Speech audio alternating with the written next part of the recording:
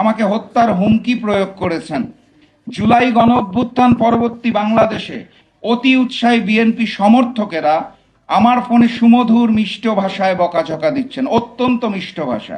আমার মরহুম দাদা পাকিস্তান আমলের স্পিকার মুসলিম লীগ নেতা গমিরুদ্দিন প্রধানকে রাজাকার বলা হচ্ছে। ওনাকে খুনি বলাটা তো শহীদ প্রেসিডেন্ট জিয়াউর রহমানের সিদ্ধান্তকে অসম্মান করা।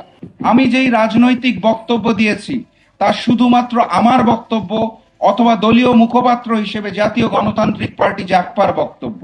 এর সাথে আমাদের 11 দলীয় ঐক্যের কোনো সম্পর্ক নাই। অতএব আমার বক্তব্যকে যারা জামাত অথবা 11 দলের বক্তব্য হিসেবে প্রচার করছেন, অপপ্রচার করছেন, তারা নিঃসন্দেহে ভুল করছেন।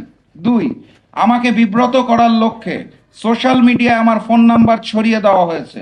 অতি উৎসাহী বিএনপি সমর্থকেরা আমার ফোনে সুমধুর মিষ্ট ভাষায় বকাঝকা দিচ্ছেন, অত্যন্ত মিষ্ট ভাষা। একই সাথে নানাবিধ পন্থায় আমাকে হত্যার হুমকি প্রয়োগ করেছেন। জুলাই গণ অভ্যুত্থান পরবর্তী বাংলাদেশে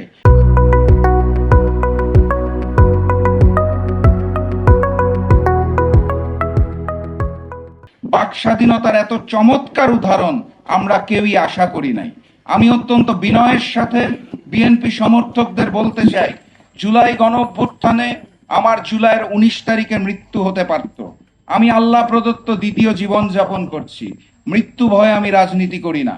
মহান রব্বুল আলামিন যেদিন যে সময় আমার মৃত্যু নির্ধারণ করেছে তার 1 সেকেন্ড আগে অথবা 1 সেকেন্ড পরে আমার মৃত্যু হবে না। 3 নম্বর পয়েন্ট, রাজনীতির সাথে সংযুক্ত না থাকার পরেও শুধুমাত্র আমার সহধর্মিনী হওয়ার অপরাধে সোশ্যাল মিডিয়ায় আমার সহধর্মিনীর ফোন নাম্বার ছড়িয়ে দেওয়া হয়েছে। আমার বক্তব্যের পরিপ্রেক্ষিতে আমার পরিবারের মানুষকে হেনস্থা করা হচ্ছে, যা একটি গোষ্ঠীর রুচিবোধকে প্রশ্নবিদ্ধ করে। 4 নাম্বার, আমার বিরুদ্ধে প্রতিবাদ করতে যে আমার মরহুম দাদা পাকিস্তান আমলের স্পিকার মুসলিম লীগ নেতা গমিরুদ্দিন প্রধানকে রাজাকার বলা হচ্ছে। অথচ বিগত আওয়ামী লীগ, বিএনপি সহ কোন সরকারের আমলে গমিরুদ্দিন প্রধানের নামে এই ধরনের অপবাদ কেউ কখনো দেয় নাই। নতুন বাংলাদেশে নতুন অপবাদ পাওয়া গেছে।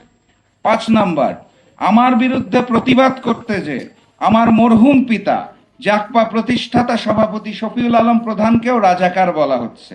একজন বীর মুক্তিযোদ্ধাকে এই নতুন বাংলাদেশে রাজাকার বানানোর এই মিথ্যা চক্রান্ত নিন্দনীয় কাজ। সর্বশেষ পয়েন্ট, একইভাবে আমার মরহুম পিতা জাগপা প্রতিষ্ঠাতা সভাপতি শফিউল আলম প্রধানকে আমার বিরুদ্ধে প্রতিবাদ করতে যে মহসিন হলে সংগঠিত 7 খুনের হত্যাকারী বলা হচ্ছে।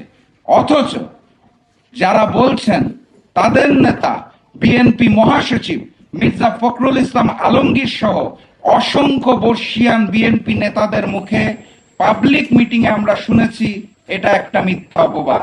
শফিউল আলম প্রধান সে সময় ছাত্রলীগের কেন্দ্রীয় সাধারণ সম্পাদক ছিলেন আর সভাপতি ছিলেন বর্তমান বিএনপি সরকারের সাংসদ মনিরুল হক চৌধুরী।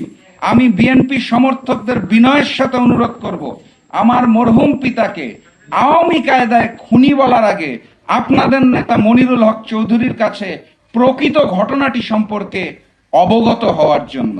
ওনাকে খুনি বলাটা তো শহীদ প্রেসিডেন্ট জিয়াউর রহমানের সিদ্ধান্তকে অসম্মান করা।